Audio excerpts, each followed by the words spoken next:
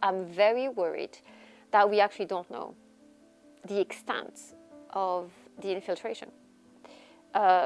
It's a big problem, and I can't stress it enough. This is not me trying to talk about the apocalypse. This is real. This is upon us, and I think that you see the state of the UK when you can see what is going on. Catherine Perez-Shakdam talks about the Iranian regime bringing its shadow war to Britain. The Islamic Republic's ideology is geared toward export. So it's not tethered to the reality of Iran's geography. And so it needs a new ground. Catherine discusses the recent MI5 warning to British politicians about Iranian spies. Well, we're going to have to spy on them, get dirt on them, or if we can't find it, we're going to make it up and make sure to blackmail them. And the goal is to force MPs to make decisions that otherwise they would not make. And the intended targets of over 20 Iranian terror plots foiled by British security services. When I came on the last time, we talked about the mapping out of the Jewish diaspora. And so, of course, my community, maybe myself, on a list somewhere, and they want to target us. So whether it is maybe the case where they want to kill us, or they want to blackmail us, or they want to kidnap us. I mean, there's many things that they could do.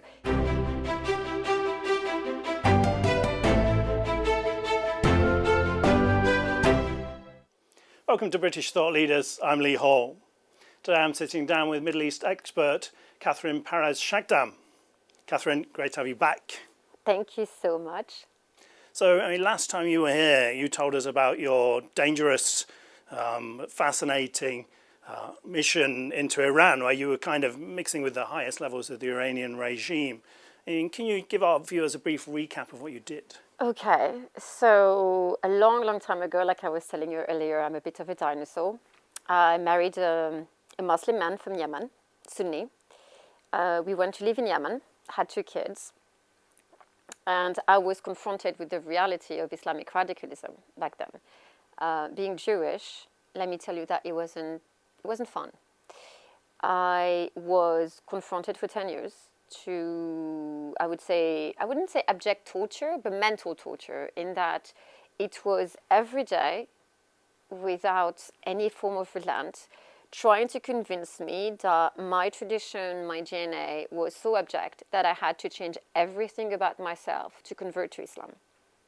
I naturally refused. I read the book twice. And to the risk of offending a few people, there was nothing in the book that would have made me change who I was. I'm going to put it that way, very politely. And that, of course, brought me a lot of violence, a lot of psychological pressure, and the threat that maybe I would lose my children.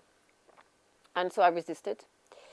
And one day I got really mad because I felt that what I was experiencing and the level of hatred that I could see transpire on TV, across the media, the way that Yemeni society was being transformed from a rather secular, I wouldn't say tolerant society, but they couldn't care less about Israel back then, or the Jews. Right.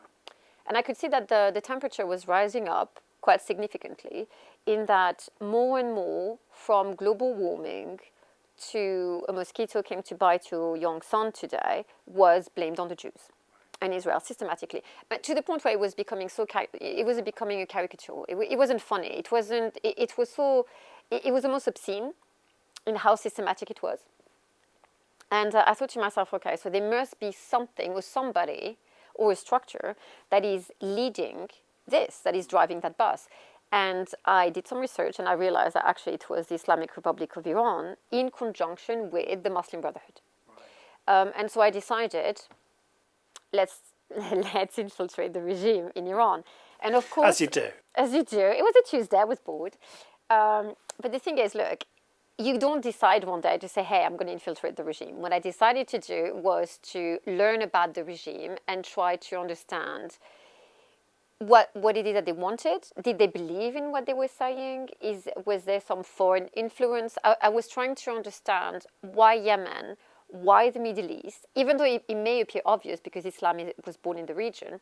I was trying to understand what it was that pushed various Muslim communities, Sunni, Shia, to fight each other because they're quite sectarian, but at the same time be joined at the hip when it comes to hating on Israel and the Jews, but then reverting back to hating each other when we were not around. And so that led me to walking the corridors of Tehran and meeting with Ayatollah Khamenei and other gentlemen from the regime. And I've learned a lot. I've spoken quite openly about what it is that I've learned during my years in the regime. Bear in mind, I never lived in Iran. I was back and forth. But unfortunately, I don't think that people heeded my cries and my warnings because everything that I said would happen has happened. I mean, we talked about it last time. What has been done? Nothing. We talked about how the Jewish diaspora was at risk. Manchester. Yep. We talked about how maybe the RSGC and the Muslim Brotherhood would target schools. In Germany, in New York, Mossad collaborated with the intelligence services of those respective countries to foil terror plots. So we are faced with the reality of what I said. And this is not to say, oh, I was right, because I did not want to be right. But this is to say we have a real problem here in the UK. And I would beg the government to save our democracy, to save our liberal democracies, because there's something beautiful about liberalism when it's not eating its tail. And the problem is today we are facing the very end of liberalism when it becomes fascism. And there's a danger that we're going to lose ourselves in the middle of this. So looking at the Iranian interference in the UK, we had the MI5 Director General, the Security Minister, the former Security Minister, they all talked about Iran bringing its shadow war to Britain. And can you expand on that for us? Well, look, courtesy of Benjamin Netanyahu, and I have to say thank you, by the way, Prime Minister, if you're listening, thank you. He saved both Israel and the Jewish world. So the 12 Days War led to a situation where the RSGC was literally cut off at the knee, and they're not in a position where they can do much harm to Israel or the Middle East, for that matter. Now, here's the problem. You have two movements at the moment within Islamic radicalism. So you have the RSGC and then you have the Muslim Brotherhood. Now, by defeating the Islamic Republic of Iran in relation to Israel, we have allowed, number one, the Muslim Brotherhood to put his nose above the parapet, and this is what you're seeing today. Right. This rise in violence in New York. You can see that a lot of Muslim preachers, radical preachers, are coming out and saying openly, we are here to stay. Now we're going to show you our true faces. And I'm not actually inventing anything. I'm paraphrasing, but this is essentially what they've been saying, saying that Islam must enter every home by the sword or willingly, but it will enter. So not fun, because I've seen what happens when they bring the swords. And so the RSGC is losing its ground. And so it needs to consolidate. And so what he decided to do, because remember, when we first met and we had the first interview, I was telling you that the Islamic Republic's ideology is geared toward export. So it's not tethered to the reality of Iran's geography. Yeah. And so it needs a new ground. Yemen is kind of like off the charts because it's not working anymore. Again, thank you, Bibi. And so it has decided to try its luck in Europe. And I'm talking about the continent, not the EU. And so you can see it's in France, it's in the UK, of course. And what it's trying to do is trying to compete with the Muslim Brotherhood lobby, trying to, as quickly as possible, and that's a problem, to either ensnare people within its net or threaten them and make them support them. So we have a problem here in that for decades, they have set up a network. They have infiltrated our institutions. So you can see this, for example, with the Islamic Center. You can see this with countless NGOs, charities, organizations that have been set up under the mantle of human rights or whatever. And what they're trying to do now is unleash the networks and try to capitalize on the friendship that they've made. Try to rally around MPs, willingly or not, by the way. So there's a danger that our MPs or elected officials may face a situation where they are being blackmailed.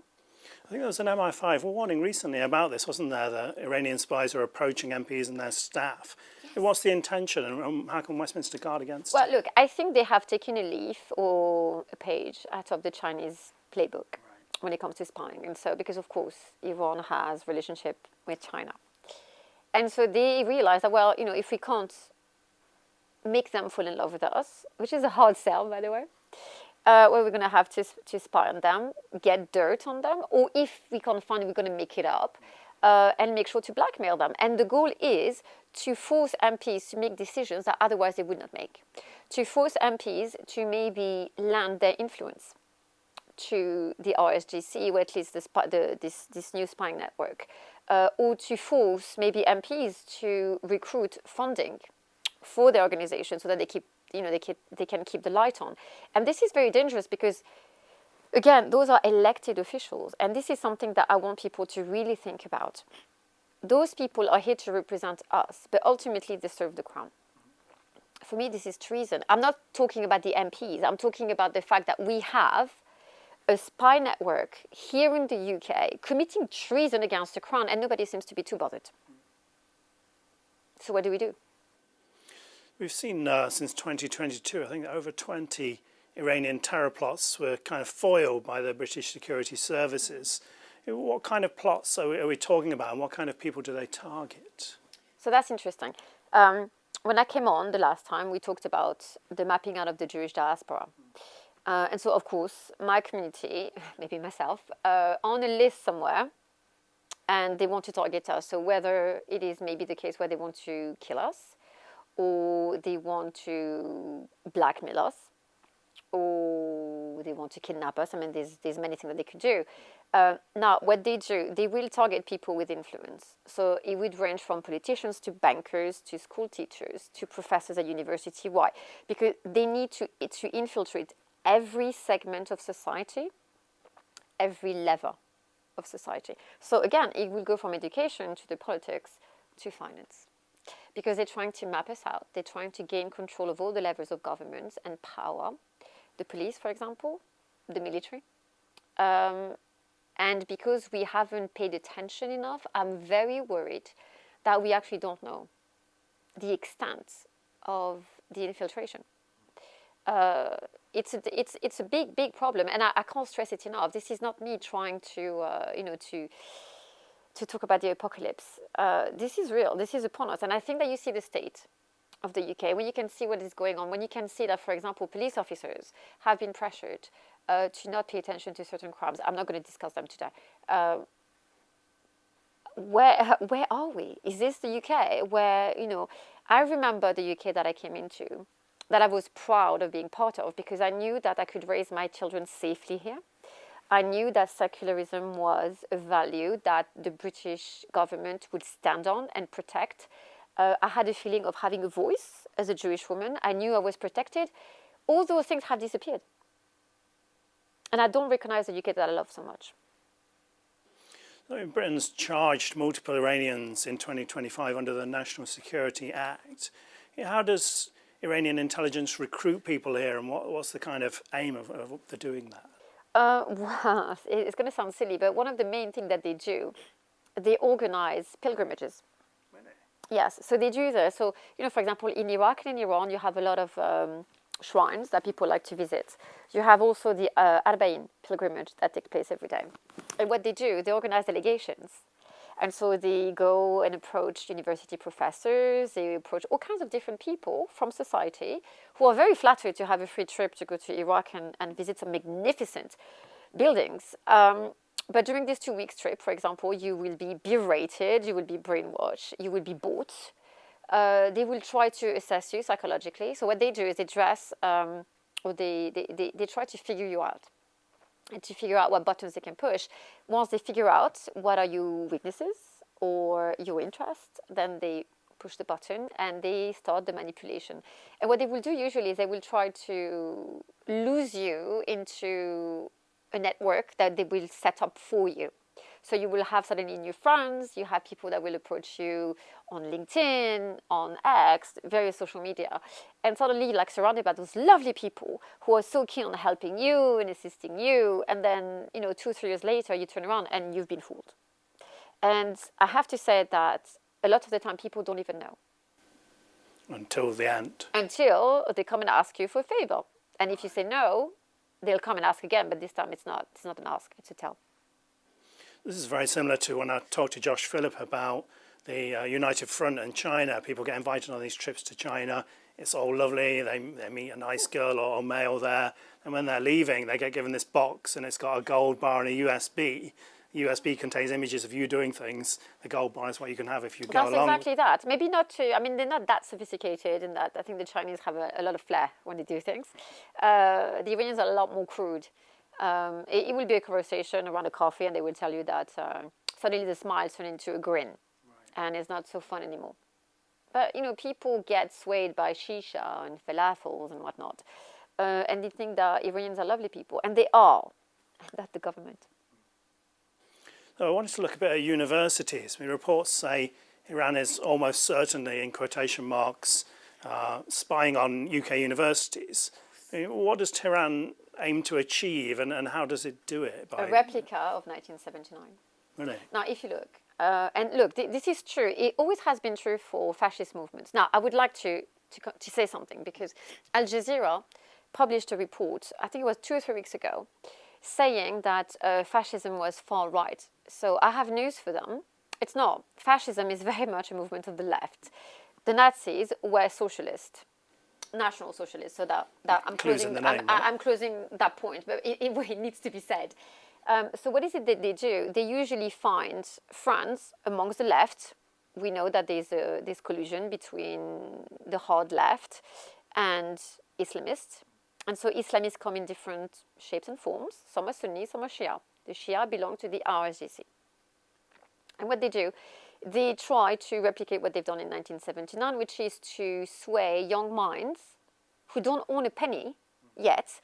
And of course, when you tell a child who's just turned 18, and yes, you're a child when you're 18, you have no money. Now, what about, we set up a system that would mean that everybody's going to share their wealth? Sounds appealing when you don't own a house. And so young people jump in, and I was the same. Look, when you're 17, 16, 18, you know nothing about the world. You know nothing about politics. And so, of course, sharing and the notion that you're going to try to right the wrongs of the world by being kind is very appealing.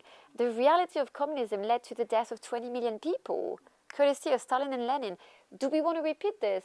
Maybe not. So, there was BBC reports about these Iranian generals giving speeches, sort of kind of motivational speeches to students online in British universities. And what's that all about, this kind of infiltration in campus activism? Well, look, they're trying to radicalize young people, and the way that young people work, it's kind of it's very tribal, isn't it? They like to be part of a clan because they love to, you find strength in numbers when you're young because you don't know who you are just yet, and you're not assertive enough to stand on your own in a crowd of people and say, I am different or I am myself.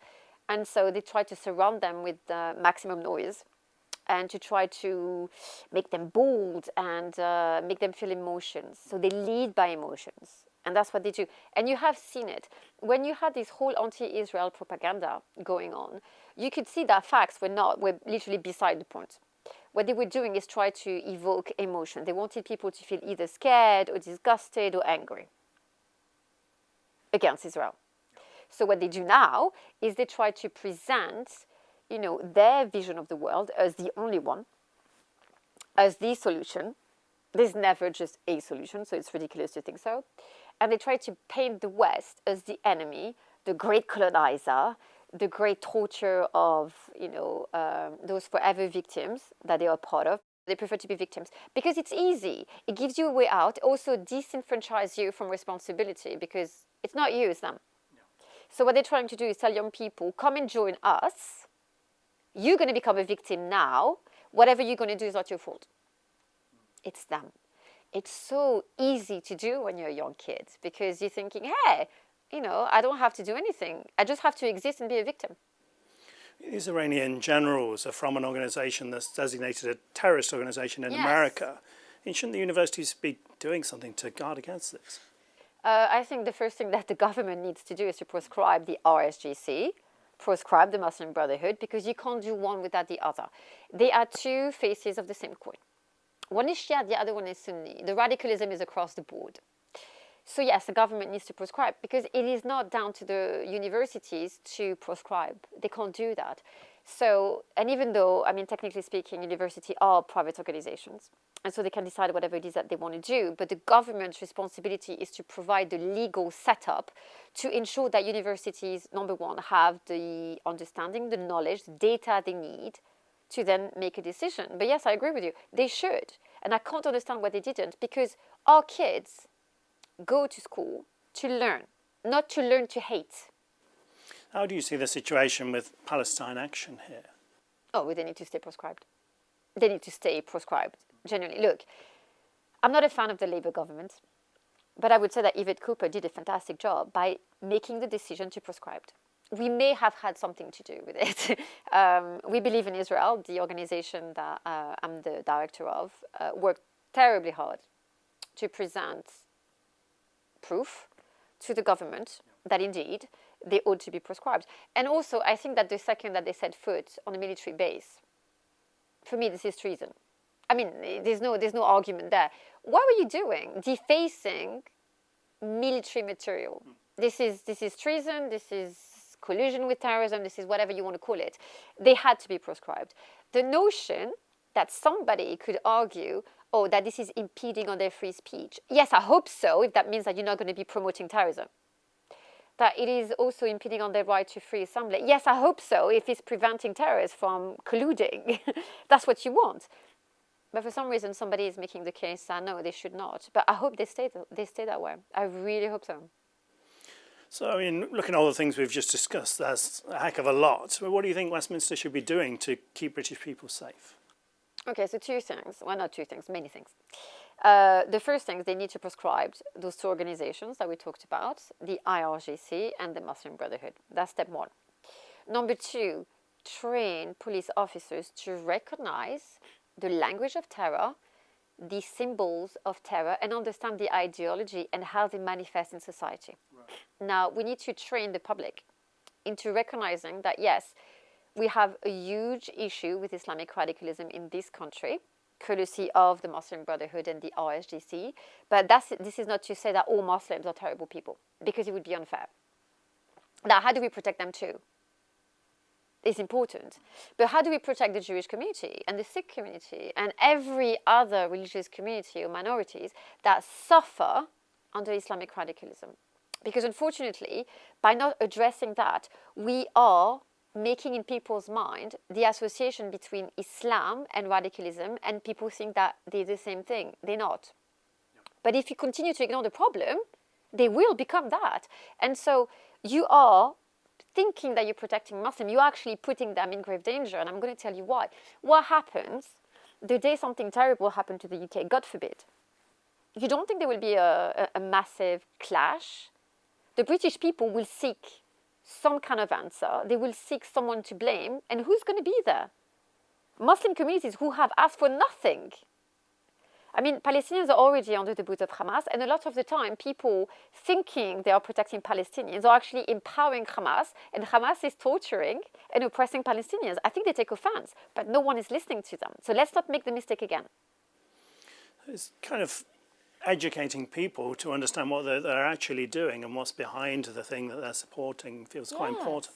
But also, look, it's so easy to leave your house on a Saturday or on a Friday or whatever, and to go in front of 10 Downing Street and scream, you know, like Intifada from the river to the sea. Do you understand what you're saying? No. Go home and sit down. Have a coffee. Educate yourself. Then if you have the need, the urge to demonstrate, do so, but understanding what is it that you're calling for, because right now you are calling for your daughters and your son to be shackled. I don't think that's what people want. And they may think, for example, that they are promoting human rights. Whose? To the cost of whose? That's the problem too. Because yes, we have the freedom of religion in this country. What about my community? Manchester Synagogue was attacked. People were attacked on one of the most sacred days of Judaism. Didn't seem to bother many people. Why? Do we not count? I mean, I know we are the pariah of the story. We are forever, you know, we are responsible for everything. But it's not okay, because look, we have a saying in the Middle East. First, they come for the Saturday people, us than they come from the Sunday people. And unfortunately, you see this. Several churches were attacked in France. A nun near Paris was actually threatened by a Muslim radical. And the police seemed to think that it was perfectly okay to release the man in France. I mean, come on. What needs to happen for people to understand Muslim Islamic radicalism is not a good idea? It's very dangerous for everybody. And this is not me trying to paint the Muslim community as a bad community. They're not bad people at all. But those among them who are preaching for radicalism are vile people that needs to go or be put in jail. Simple. I mean, you'd like to think that if you violate the law, you go to jail. But not today.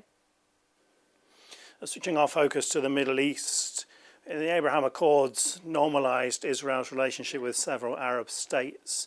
Is that kind of made Iran feel threatened? Has there been any retaliation to that?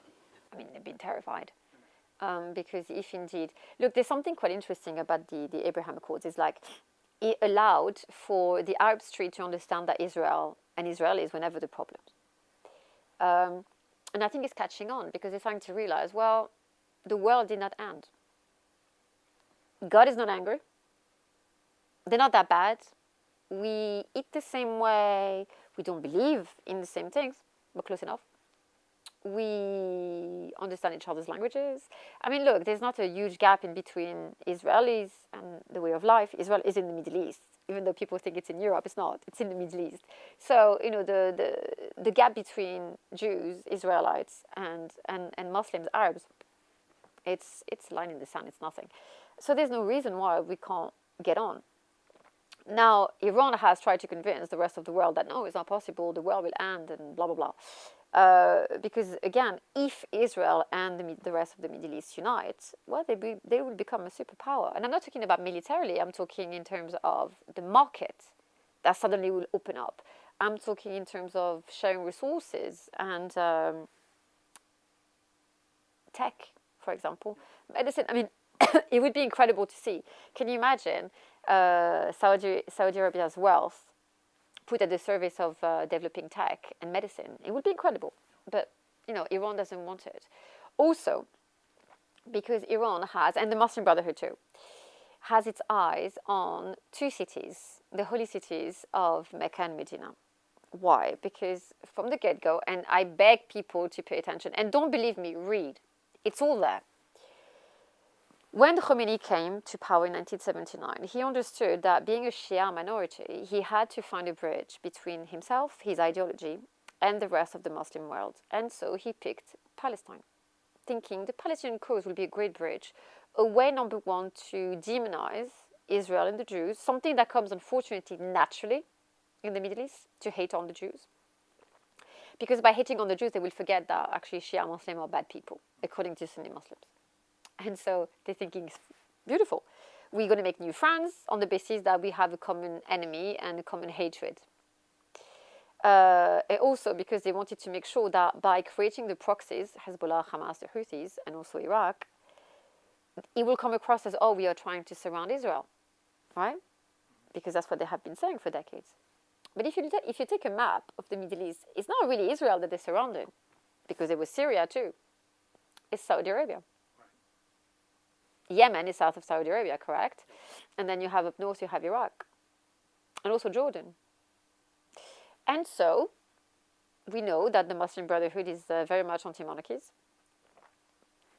The RSGC is very much anti-monarchies. I think they kind of kicked the Shah, if I recall correctly. They don't want his son to come back, right?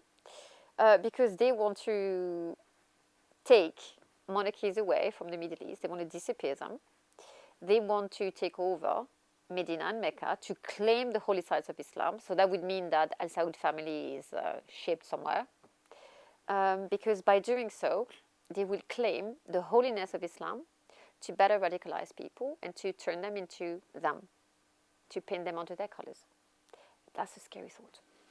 Do you think the bringing back of these monarchies, say for example in Iran, is a way to kind of Absolutely. Bring peace, right? Absolutely. Look, if you look at, and it's interesting because I've written a paper and I came up with this theory and potentially a solution to the great equation that is the Islamic Republic of Iran and what do we do with it.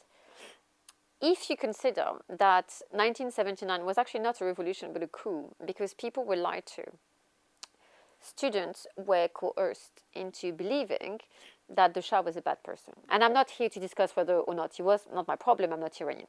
The point is, the Islamic Republic of Iran took over by lying to people. The referendum of 1980 that introduced the constitution of 1980 was a lie. It was engineered consent, which is illegal under international law.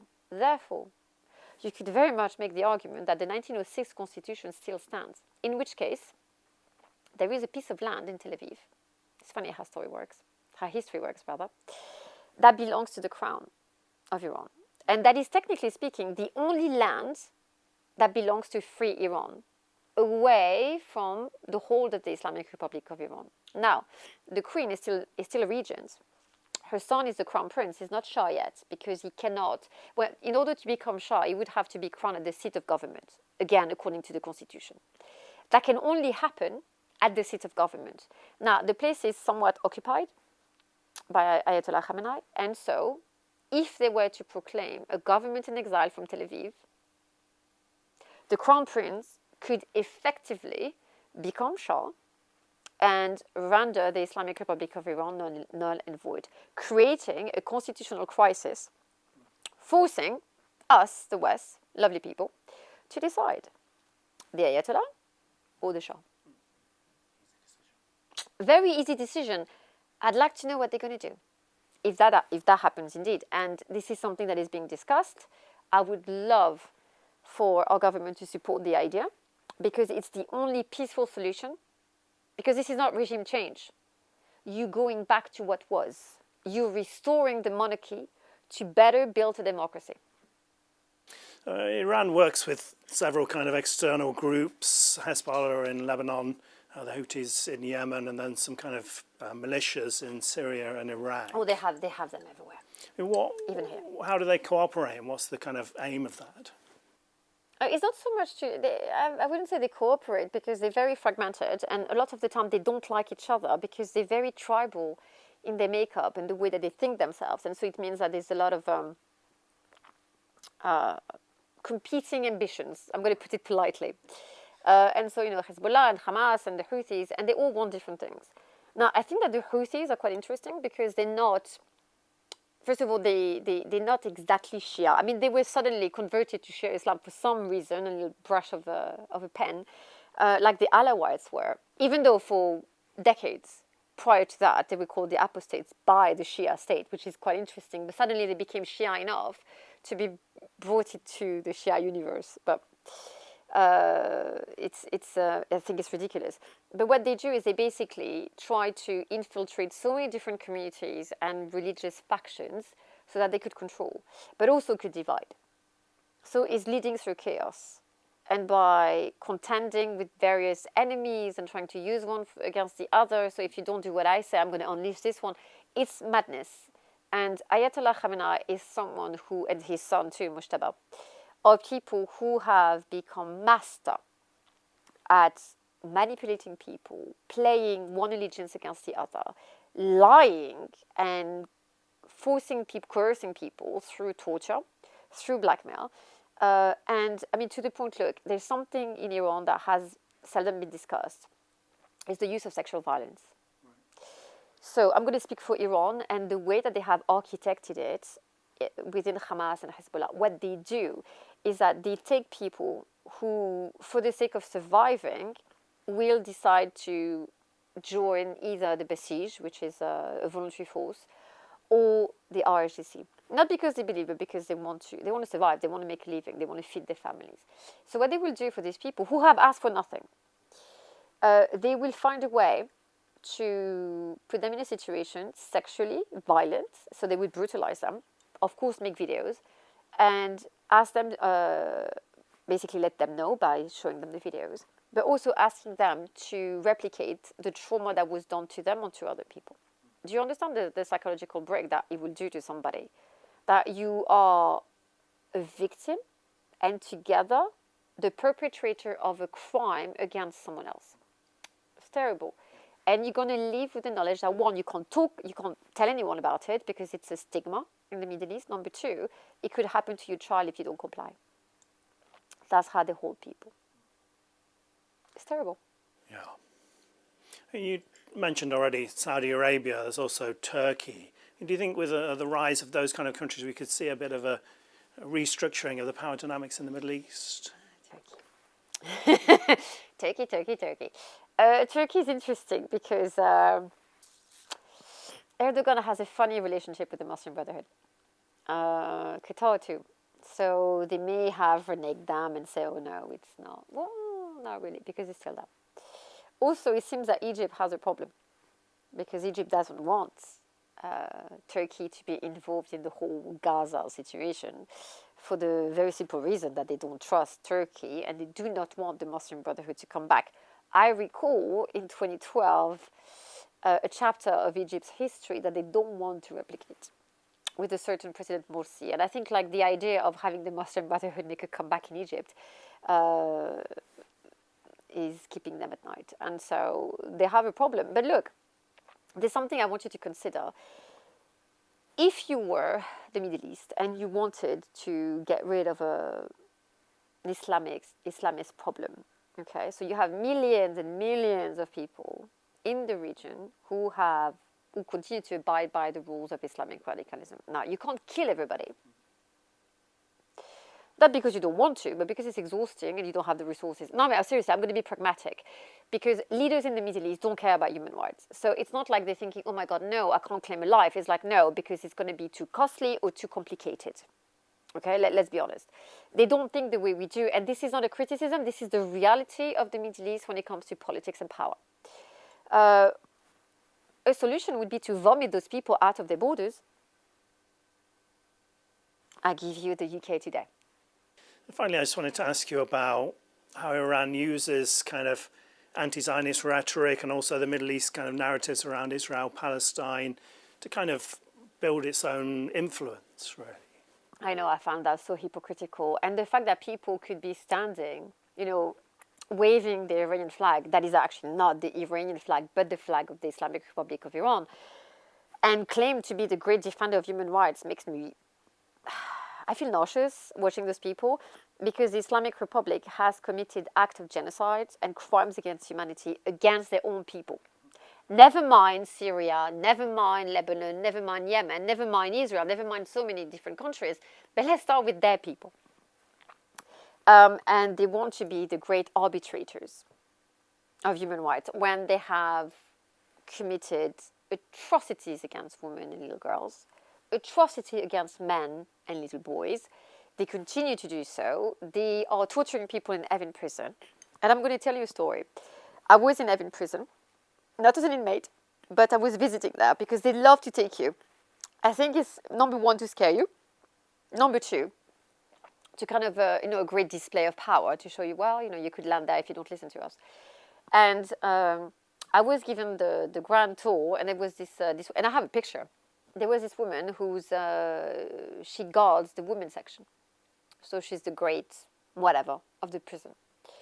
And this is great living room, is beautifully decorated with gold everywhere.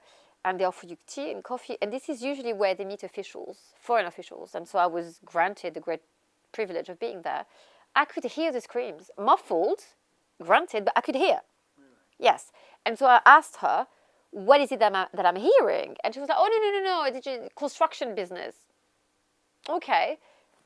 And I was thinking, okay, so this is just a stage. Because they knew exactly, I'm not stupid. I mean, I can recognize screams. They wanted me to know it was muffled enough so they would not be forced to admit, or me to admit that, no, this is what I've heard, and challenge them about it.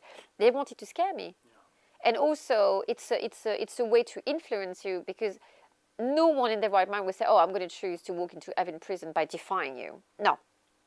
You want to keep yourself safe. And it's psychological torture that they do. It's the erosion of oneself by just breaking your willpower because nobody wants to stand before a regime naked and say, yes, beat me up because I believe in my convictions. Unfortunately, I do. What do you think Western powers need to do when it comes to Iran? Find your spine. Genuinely. Look, I came to this country. I'm French.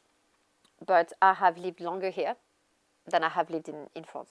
And so I feel my loyalty to this country. I love Britain very much. I think it's a wonderful place to live, to grow up, to see your children grow up, sorry. And I remember, I remember this movie where Churchill was giving his great speech before Britain took a stand against Nazi Germany and won and saved not only itself but the rest of Europe. With France, of course. Where is this Britain?